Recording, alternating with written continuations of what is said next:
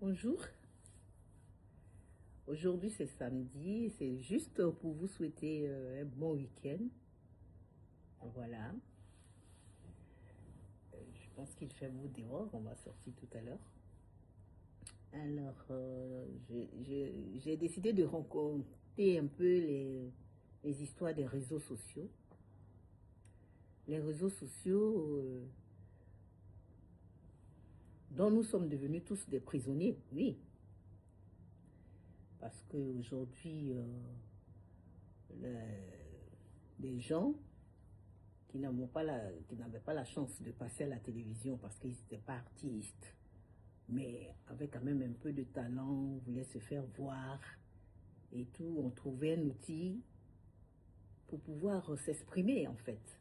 Et puis pour certains, se faire voir, tout simplement. Alors, ça c'est un peu le côté positif de la chose, parce que beaucoup de personnes qui sont dans le noir ont aussi des choses à dire, il faut les écouter. Voilà. Donc, trouver un outil de ce genre, et venir le matin s'exprimer, jusque-là, il n'y a pas de problème. Mais quand on vient, par exemple, déballer des faits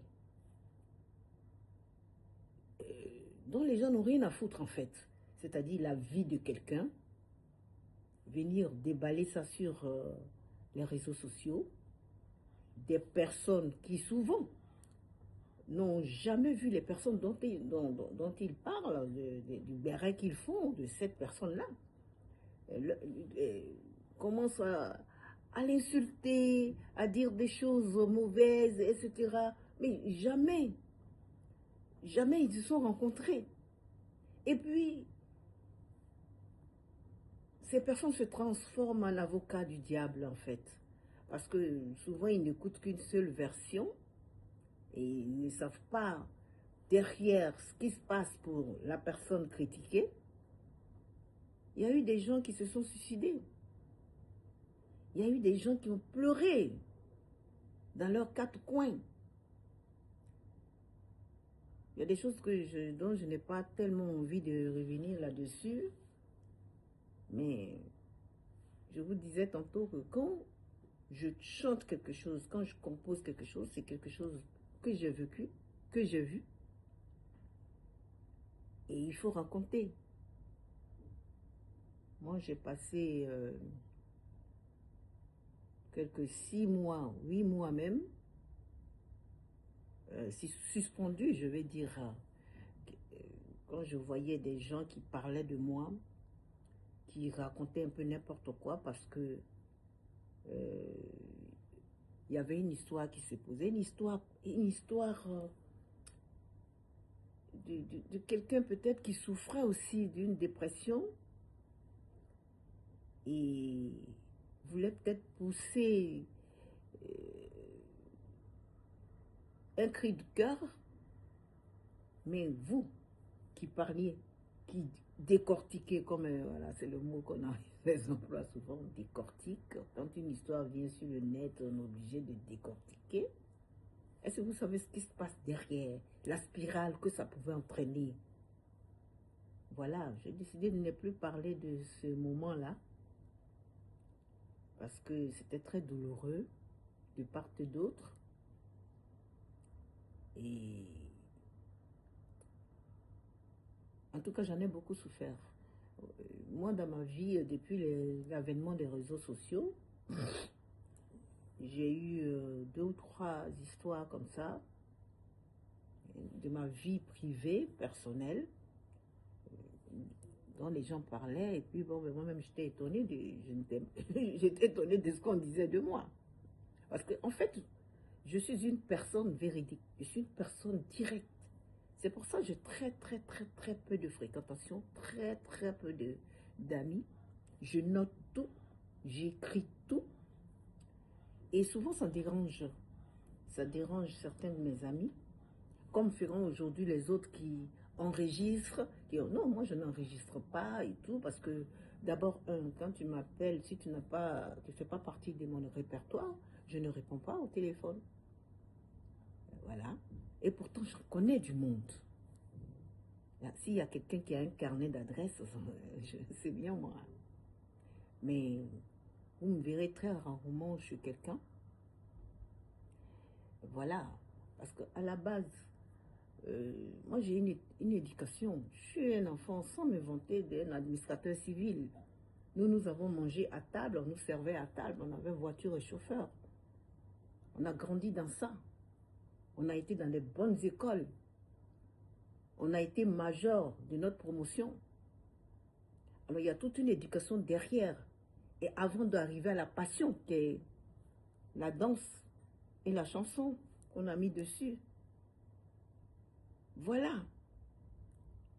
Et puis, à côté de ça, vous avez affaire à une personne qui s'est faite un peu toute seule.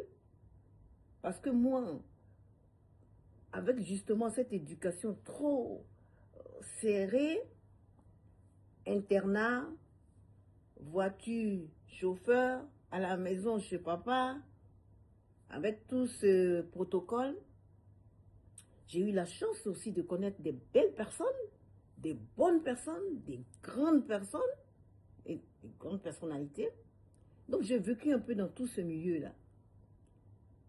Être chanteuse, ça ne veut pas dire qu'on vient de, comment on appelle, je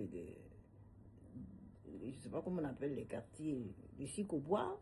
Et puis, alors comme on n'a rien à faire, on se met à chanter, non. Ça devient peut-être une passion qu'on développe, mais à côté de ça, on peut faire autre chose. Et puis tout d'un coup, on voit qu'on peut vivre de cette passion-là. Et puis on se dit, bon, qu'est-ce qu'on peut faire pour faire professionnellement? Donc on peut s'entourer des personnes ressources. Ou si on a eu la chance d'aller à l'école, on peut faire des formations et puis essayer de diriger un peu sa carrière. Voilà, parce qu'il y a des artistes qui ont envie de devenir Michael Jackson. Il faut qu'on parle d'eux, qui ne peuvent plus sortir, qui ne peuvent plus... Hein, quand ils sortent, il faut des gars... Non, non, non. Il faut d'abord être soi-même. Moi, je suis quelqu'un, je suis très naturel. Je vous ai dit tantôt que j'ai vécu dans du protocole. Alors, et après, en l'internat où tout était strict, alors quand j'ai essayé de me... Hein, d'abord, moi-même, je me suis inscrite au lycée Henri Martin de Saint-Quentin dans le Nord, depuis Yamoussoukro. C'est moi-même j'ai envoyé mon dossier. Quand on m'a répondu positif, il me manquait 40 000 sur mon billet. Je n'ai pas dit à mon père. Je suis allée voir ma mère qui touchait à l'époque 40 000 francs CFA. Je dis, maman, on m'a accepté dans un lycée. J'ai envie d'aller en France. Il me reste 40 000 sur mon billet. Elle a dit, bon, on va aller voir mon patron. Il va me donner mon salaire. Sachant très bien que si on lui donnait les 40 000, elle n'aurait plus rien à manger avec mes frères et sœurs. Mais elle a fait ça pour moi. On arrive chez le patron. Je peux dire, chez Boutchou. C'est des choses véridiques, vérifiables. Ma mère est décédée. Bon, ben j'ai des frères et sœurs qui peuvent en parler. Alors, le patron, ma mère explique la situation. Ma fille doit aller à Paris. On était jeudi. Lundi, elle doit être en internat. Il lui faut 40 000 pour compléter son billet. Donnez-moi mon salaire. En tout cas, je vais venir au travail. Ça me faisait pitié, mais le patron m'a regardé comme ça. Une petite fille comme ça. Il dit, ah, c'est ce qu'elle veut. Et il a enlevé les 40 000 et il a mis 5 000 francs dessus. Il m'a dit, bon, mais quand tu vas arriver en France, au moins tu auras 5 000. Voilà comment je prends mon passeport. À notre époque, quand on venait ici, on n'avait pas besoin de visa. L'Ivoirien était très bien vu. Tu prends ton passeport, tu vas à l'aéroport, et puis tu viens en France. Voilà. Je vous souhaite un très bon week-end. Et ça, c'est d'OTZ. Et 50 ans de vie ici. Je fais tout doucement ma vie. Je ne suis pas une femme qui tourne de gauche à droite. Et je n'ai peur de personne et je n'ai peur de rien. Je dis ce que je pense. Alors quand les gens ont menti sur moi souvent, mais ça m'étonne. Quand on parle de moi sans me connaître, ça m'étonne. Alors, les réseaux sociaux, j'aimerais vraiment que les gens utilisent ça à bon escient. N'importe qui se lève, parle de n'importe qui, n'importe comment. C'est bien dommage. Parce que vous gâchez des vies derrière et beaucoup de gens meurent, se suicident. Et parce que tu es là, on parle de toi. Quand tu n'es pas forte d'esprit, il y a des choses que tu ne peux pas supporter. Et vous ne savez pas ce que moi j'ai vécu. Moi, je suis ce qu'on appelle un don du ciel pour ma mère d'abord. Parce que je suis un enfant depuis toute petite jusqu'à aujourd'hui. J'ai beaucoup souffert, j'ai traversé des montagnes. Je viens, il m'est arrivé pendant 5 ans d'être assise dans une chaise sans marcher. Et puis Dieu m'a dit, tu vas marcher. Et grâce à ma maman, qui me mettait au dos tout le temps pour aller à Niamey pour me soigner. J'ai été opérée à Paris, mais c'est à Niamey qui m'a fait me mettre debout. Il y a des témoins. J'ai marché comme un bébé. Je prends des comprimés pour marcher.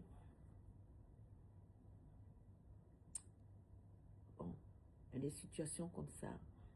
Il y a des douleurs physiques que des gens traversent, mais vous ne savez pas. Et vous parlez d'eux sans les connaître. Pour terminer cette petite partie, je voudrais vraiment souhaiter mes condoléances à mon petit-fils, Ariel Chené, qui avait une femme magnifique, Nadia, avec beaucoup... Ah là là, elle était talentueuse. Que Dieu la reçoive dans son paradis. Gros bisous à tous et bon week-end.